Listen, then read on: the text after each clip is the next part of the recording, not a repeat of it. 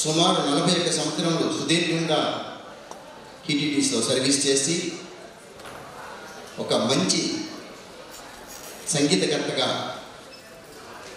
వాయిద్యకర్తగా మంచి పేరు పొందాడు ఆయన. తిరుపతిలో సునాద సుధాకర్ అంటే తిరుపతి అని మంచి పేరు తీసుకొచ్చి పెట్టాడు.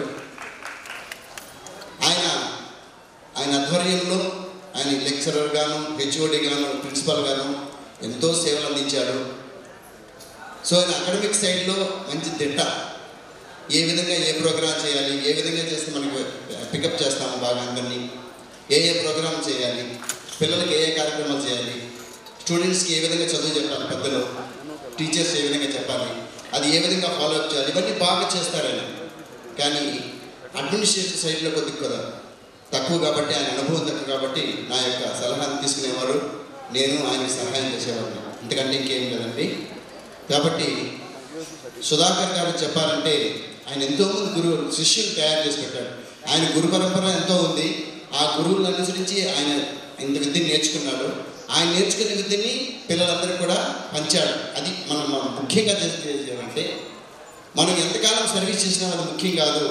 ఆ సర్వీస్ చేసినప్పుడు మనం ఎంతమందిని తయారు చేసి ఈ యొక్క సమాజానికి అందుబాటులో ఉంచాము అనేది మన ముఖ్యం. కాబట్టి ఆ విధంగా సారు ఎంతో శ్రమ చేసి ఎంతోమంది శిష్యుల్ని ప్రేమ అనురాగాలతో వాళ్ళందరూ కూడా తయారు చేసి ఈరోజు ఈ అరేంజ్మెంట్స్ అన్నీ కూడా చేస్తున్న వాళ్ళే చేస్తున్నారు మొత్తము.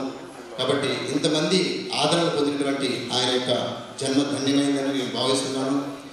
కాబట్టి వెంకటేశ్వర స్వామి దగ్గర నిరంతరము సేవ చేసి ఈరోజు సుమారు 41 సంవత్సరాల తర్వాత రిటైర్మెంట్ అనేది మనందరికీ తెలిసిన విషయమే. రిటైర్మెంట్ అనేది కామన్ ఫర్ ఆల్, ఎవరన్నా రిటైర్ కావాల్సిందే.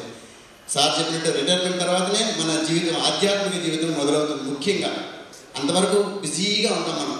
ఇప్పటి నుంచి ఎక్కువ ఆధ్యాత్మిక సైడ్ నడవాలని ఆయన కుటుంబము, ఆయన అందరూ కూడా మంచి జీవనాన్ని గడుపుతూ ప్రశాంతమైన జీవితాన్ని గడపాలి. సుఖ సంతోషాలతో, కుటుంబంతో, అష్టైశ్వర్యాలు ఎట్లా భగవంతుడు ఇస్తాడు, ఐశ్వర్యాలు అక్కర్లేదు మనకు.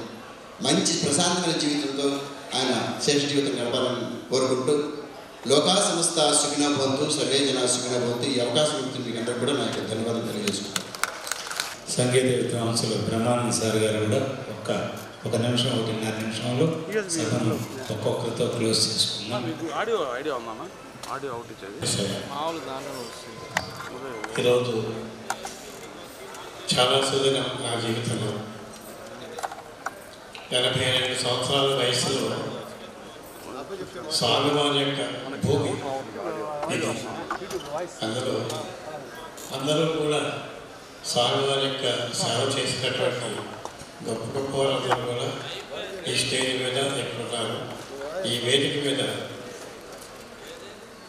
ప్రముఖ విద్వాంసులు, ఎంతో మంచి మిత్రులు, సహృదయులు సుధాకర్ గారి యొక్క రిటైర్మెంట్ ఫంక్షన్ జరుగుతున్నది అని తెలియగానే ఒప్పొంగిన హృదయంతో వచ్చాను ఇక్కడ.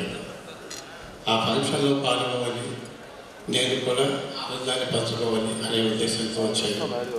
చాలా చాలా సంతోషంగా, సాంప్రదాయబద్ధంగా జరుగుతుంది ఈ కార్యక్రమం.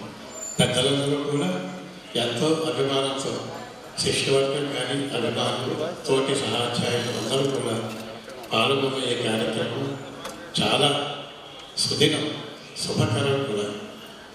సుధాకర్ గారు వారు నాకు చాలా కాలంగా తెలుసు. నాకు కూడా నేను కచేరీ వాయించాను. ఈ మధ్యలో రీసెంట్గా కూడా ఒక కచేరీ మన అన్నమాచార్య కళామండపంలో సహకార వాయించారు. చాలా ఆయన పేరుకు తగినట్టుగానే సుధాకరుడు అన్నందుకు సూర్యుడు అందరివాడు.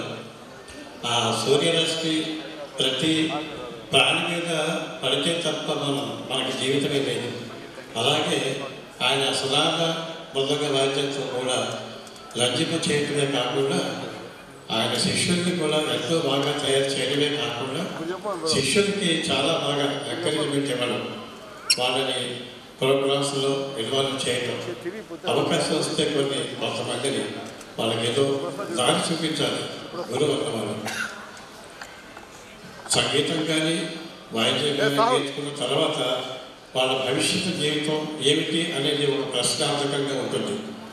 అలాంటి టైంలో సుధాకర్ గారు వాళ్ళు విద్య నేర్పుతూనే వాళ్ళకు ఒక చిన్న మార్గం చూపించడాగా ఈ కార్యక్రమంలో వాయించుకో వాళ్ళు ఎంతో కొంత దగ్గర ఇస్తారు. దాంతో అలాగా నువ్వు పైకి రావాలి, ఇంకా భవిష్యత్తులో నీకు మంచి అవకాశాలు ఇస్తే ఏదైనా ఉద్యోగంలో కూడా స్థిరపడతాం అనే స్వభావం, ఆ సద్భావన కలిగినటువంటి